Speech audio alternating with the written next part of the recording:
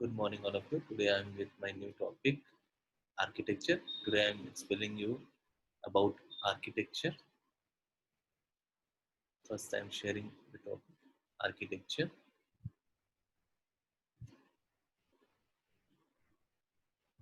Architecture. As everyone knows, what is architecture? Architecture of anything is defined. Its structure is its prototype.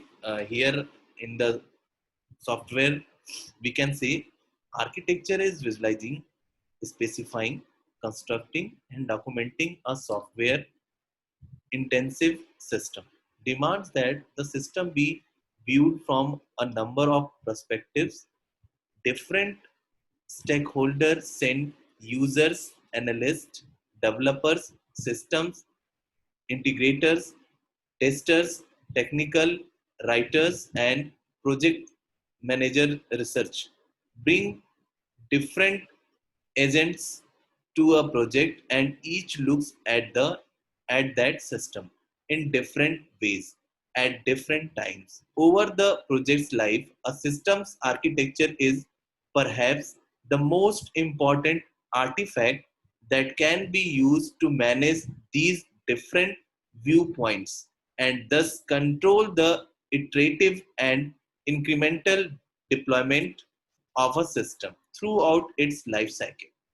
Architecture is the set of significant decisions about the organization of a software system, the selection of the structural elements and their interfaces by which the system is composed, their behavior as specified in the collaboration among these elements, the composition of these structural and behavior elements into progressive large subsystems, the architectural system that guides this organization, the static and dynamic elements, and their interface, their collaborations and their composite compositions.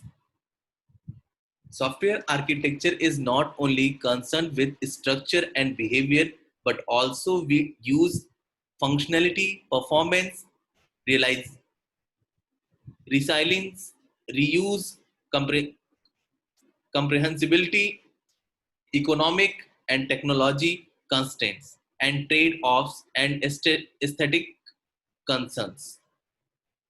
Arithmetic architecture involves what are the main concepts of the system, how these components are related. Architecture shows the architectural organization of a system from its components, how elements interact to provide the system's overall behavior or required functionality. Architecture concerns structural and static behavioral.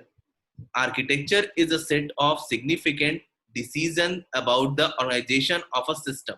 Such decisions like the selection of structural elements and their interface, the composition of these structural and behavior elements into progressively large subsets.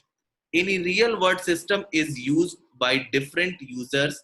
The users can be developers, testers, business people, analysts, and many more. So before designing a system, the architecture is made with different representative in mind, yeah, different perspectives in mind. The most important part is to visualize the system from different viewers perspective.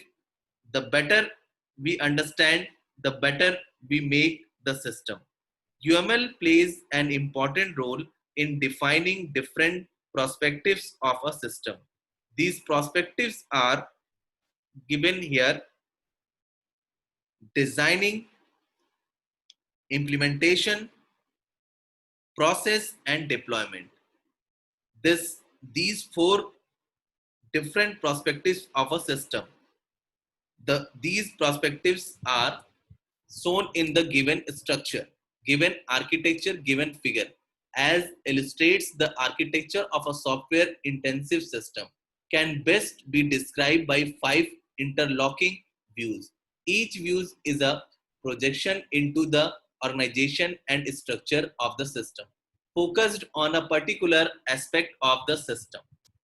Design, and the center is the use case view, which connects all these four. A use case represents the functionality of the system. So the other perspectives are connected with use case. First, design.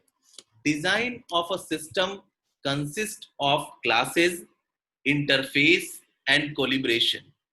UML provides class diagram, object diagram to support this.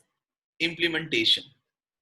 Implementation defines the components assembled together to make a complete physical system. UML component diagram is used to support implementation perspective. Process. Process or deployment or process defines the flow of the system. So the same element as used in design are also used to support this perspective. Deployment. Deployment represents the physical nodes of the system that forms the hardware. UML deployment diagram is used to support this perspective. Views represents of system architecture as given in the following figure. UML is defined by a subset of the notation and semantics of the language. This definition is bound by a conceptual framework that is composed of four distinct layers of abstraction. The conceptual framework basically illustrates how the concepts within UML are linked to each other. The concepts are organized around architectural view to define various diagrams. These diagrams can be used to understand a problem, solve the problem, and implement the solution. The conceptual framework for modeling is composed of four distinct layers of abstraction. It uses a basic UML notation of name, symbols, and path, connecting the symbols to represent concepts and their relationship respectively. Here I'm explaining to the next meta model layer. When we are faced with a complex situation, we look for entities we can define and then try to understand the situation in terms of these entities. When we enter the cockpit of an airplane, we are faced with a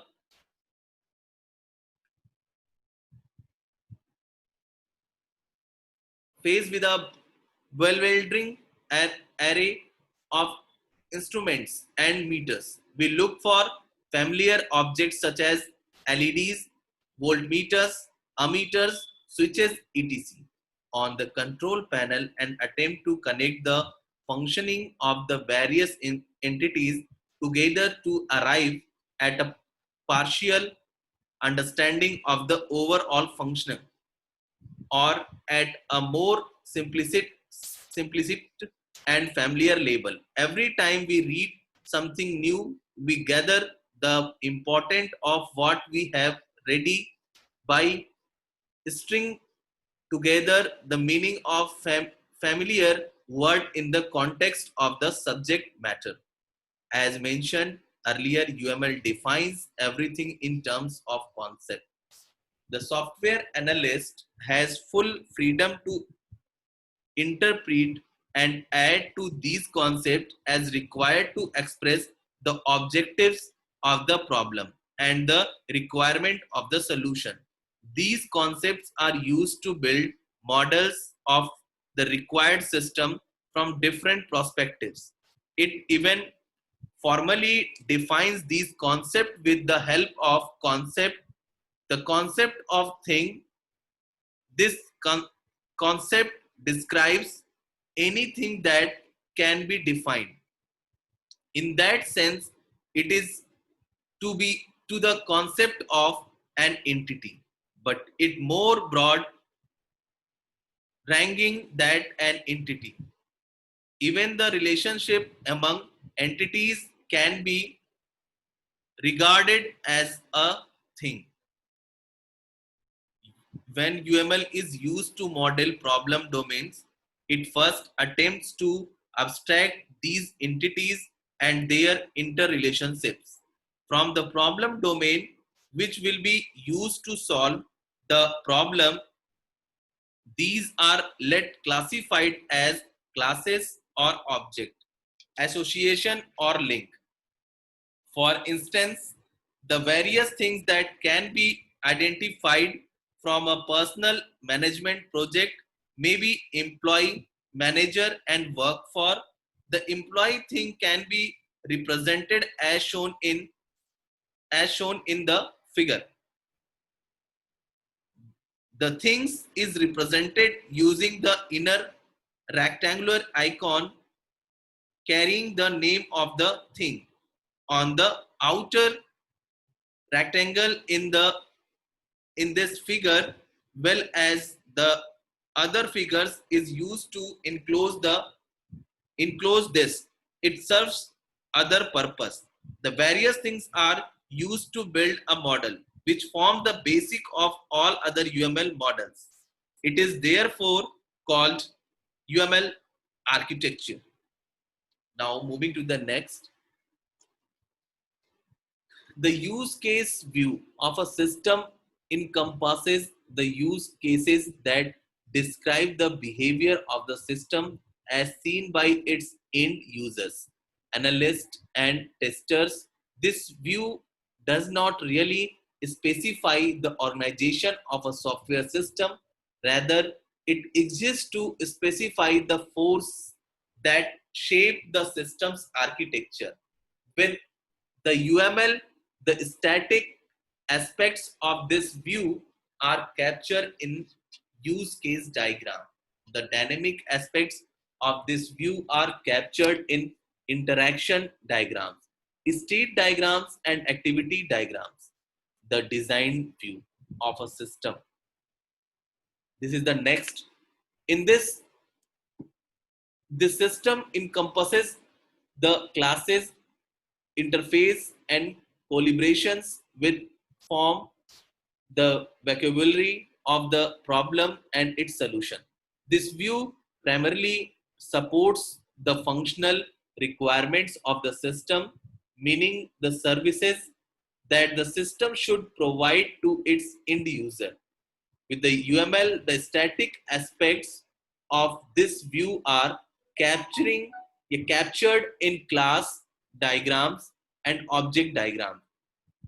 The dynamic aspects of this view are captured in interaction diagram, state diagrams, and activity diagram. The internal structure diagram of a class is particularly useful. The interaction view of a system shows the flow of control among its various parts, including possible concurrency and synchronization mechanism. This view primarily addresses the performance, scalability, and throughput of the system. With the UML, the static and dynamic aspects of this view are captured in the same kinds of diagrams as for the design view, but with a focus on the active classes that control the system and the masses that flow between them. The implementation view of a system encompasses the artifacts that are used to assemble and release the physical system. This view primarily addresses the configuration management of the system. Releases made up of somewhat independent files that can be assembled in various ways to produce a running system. It is also concerned with the mapping from logical classes and components to physical artifacts. With the UML, the static aspect of this view are captured in artifacts diagrams. The dynamic aspects of this view are captured in interaction diagram, state diagrams, and activity diagrams. The deployment view of a system in encompasses the nodes that form the system's hardware topology on which the system executes. This view primarily addresses the distribution, delivery, and installation of the parts that make up the physical system. With the UML, the static aspects of this view are captured in deployment diagram. The dynamic aspect of this view are captured in interaction diagram, state diagrams, and activity diagrams. Each of these five views can stand along so that different stakeholders can focus on the issue of the system's architecture that most concern them. These five views also interact with one another.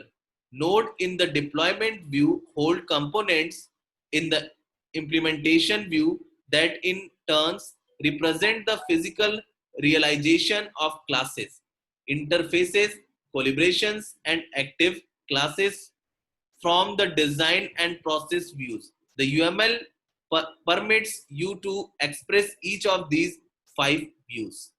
Now I'm moving to the in a more description. Once we have abstract entities from the problem domain, we try to identify their characteristic, a behavior, and classifying them accordingly.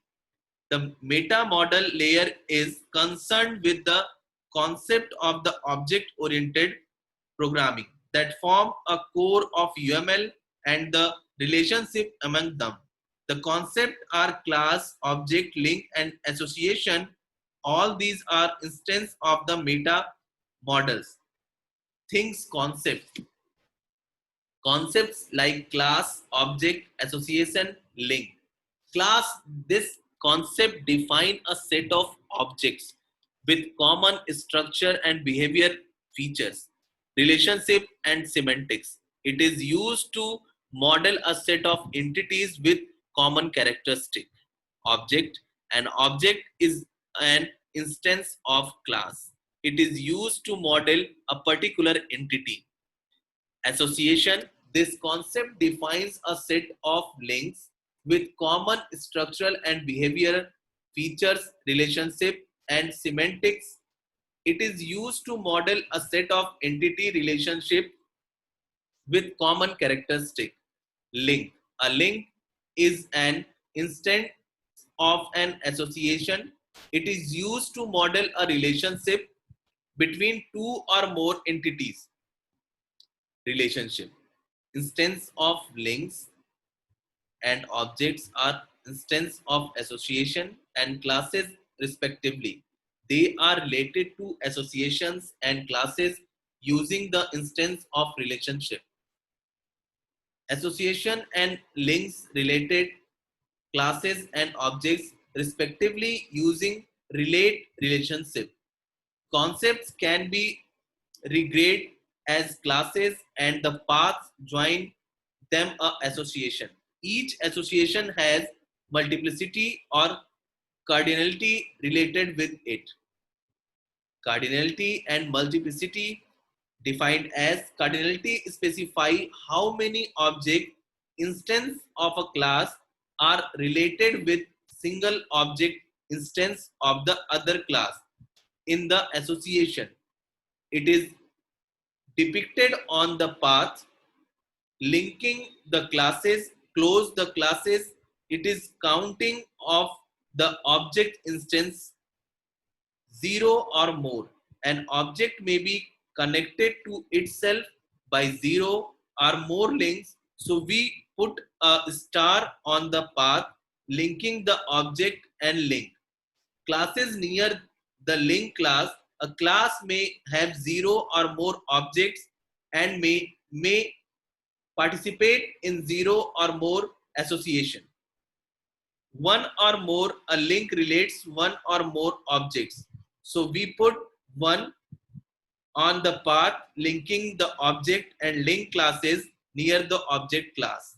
An association may involve one or more classes, while an object may belong to one or more classes. After we have identified the object and classes, we use class diagram, sequence diagram, or collaboration diagram to model the analysis and design of the problem and the implementation of the solution. This layer is composed of UML models and is concerned with formally defining the concept and the relationship among them for a particular problem domain. For instance, a single control panel in the security master case can have several sensors connected to it through all the sensor will be managed from a single control panel only. This layer thus formalize the relationship among the concept of control panel and sensors. Finally, we apply the model layer to the actual problem and create a user model that shows how the entities of the problem domain are related to each other. The user model layer formally depicts the actual problem domain entities in the UML models and constructs expression relating these entities. It uses object diagrams, scenario diagrams of sequence diagrams or collaboration diagrams for this purpose. For instance, the touch screen or touch sensor, smoke sensor, temperature sensor, and motion sensor are all different kind of sensor. Suppose the first three sensors are connected to control panel while the last is connected to an unnamed, unspecified control panel. An object is denoted by specifying its name followed by a colon and the name of its class and underlying the whole expression. For instance, the object touch sensor can be denoted as the direction of association is left to right and top to bottom by default. To indicate it otherwise, an arrow symbol may be used as shown. Edge. The touch sensor object is a member of class and this is indicated by the relationship member of. This defines concept and their interrelationship in a natural language.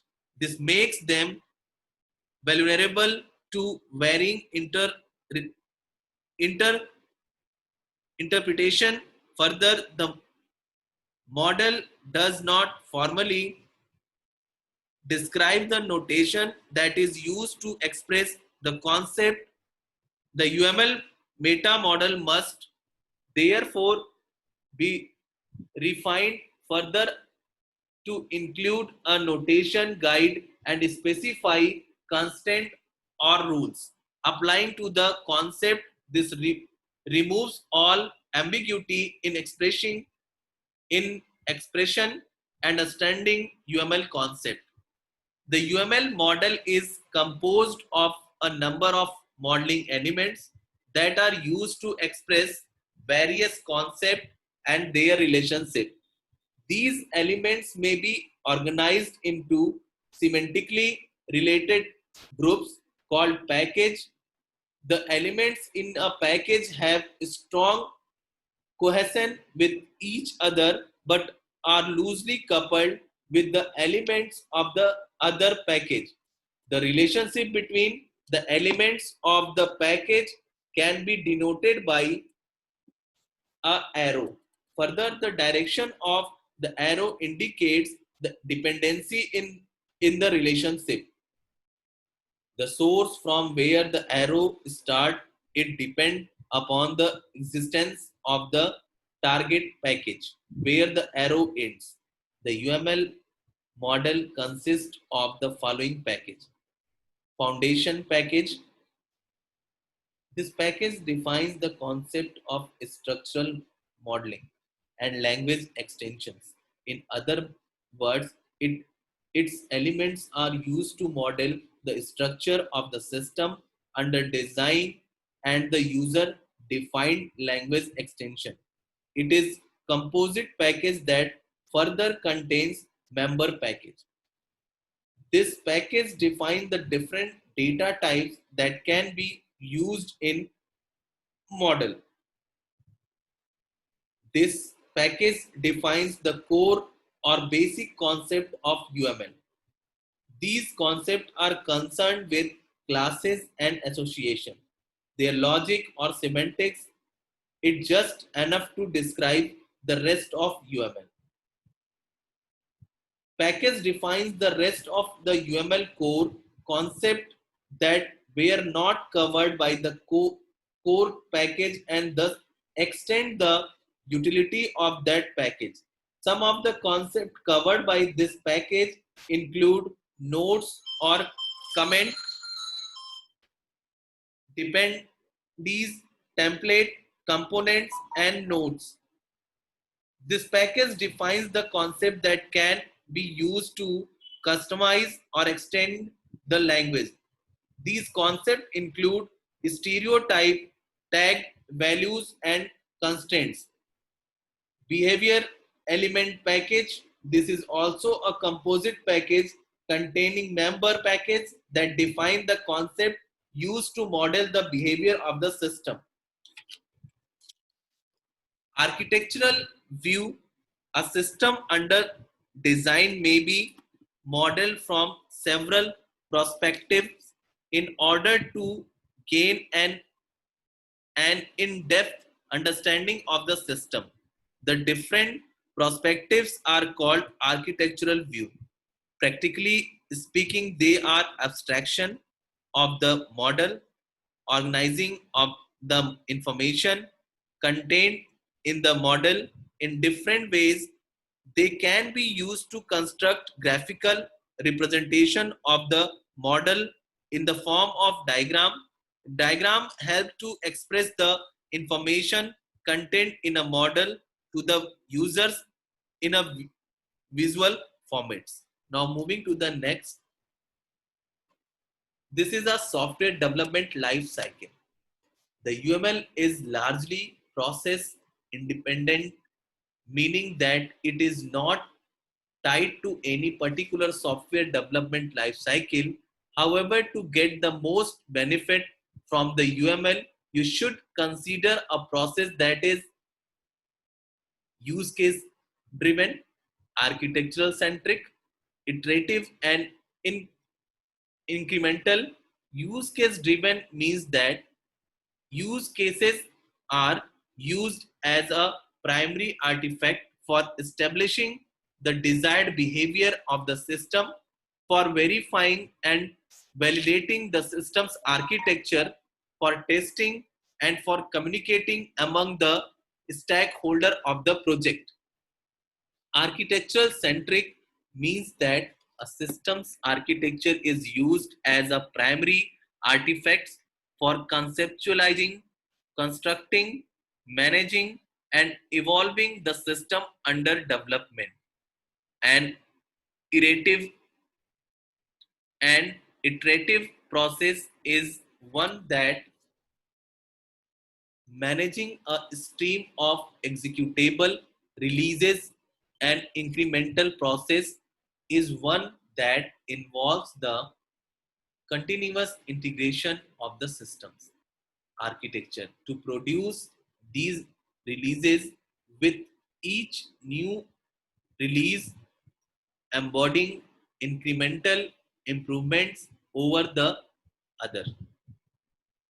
Together, an iterative and incremental process is risk driven, meaning that each new release is focused on attracting and reducing the most significant risk to the success of the project. This use case driven architectural centric and iterative incremental process can be broken into phase. A phase is the span of time between two major milestones of the process when a well-defined set of objectives are met, artifacts are completed, and decisions are made whether to move into the next phase. As shown in figure, there are four phases in the software development lifecycle: inception, elaboration, construction, and transition. In the diagram, workflow are plotted against these phases, shown there varying degrees of focus over time. Inception, elaboration, construction, and transitions. These are shown in this, and this figure show the architectural model decisions are made whether to move into the next phase. There are four phases in the software development life cycle: inception, elaboration. First is inception. This is the primary phase of a software development life cycle. In this phase, we are deciding, decision making, all these things are goes on. Inception. Next is elaboration and construction and transitions. These four steps are involved to develop a full architecture.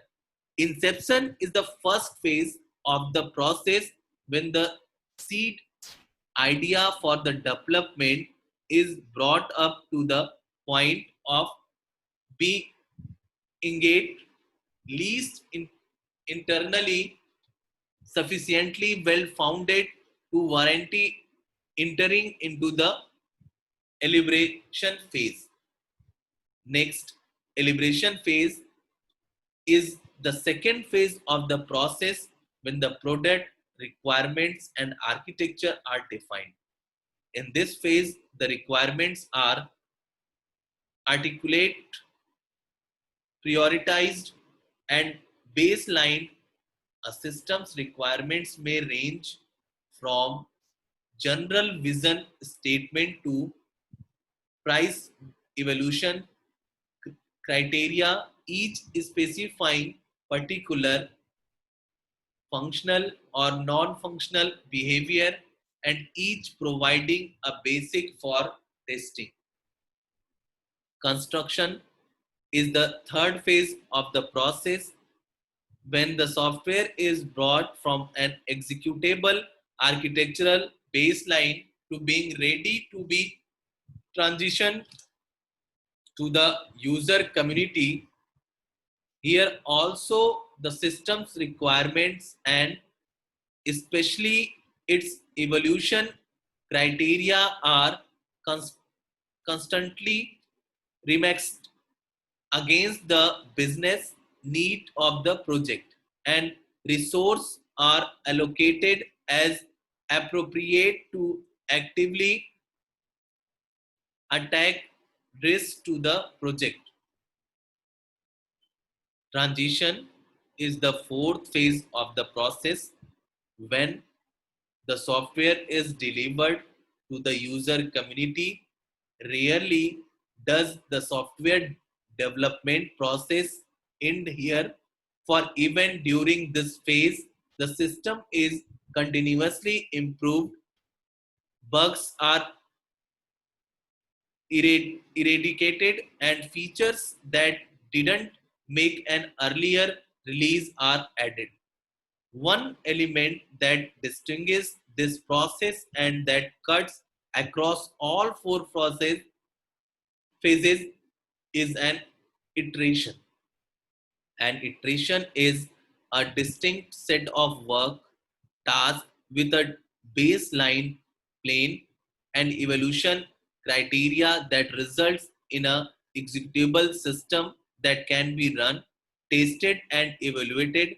The executable system need not be related extremely because the iteration held an executable product progress can be judged and risk can be re-evaluated after each iteration.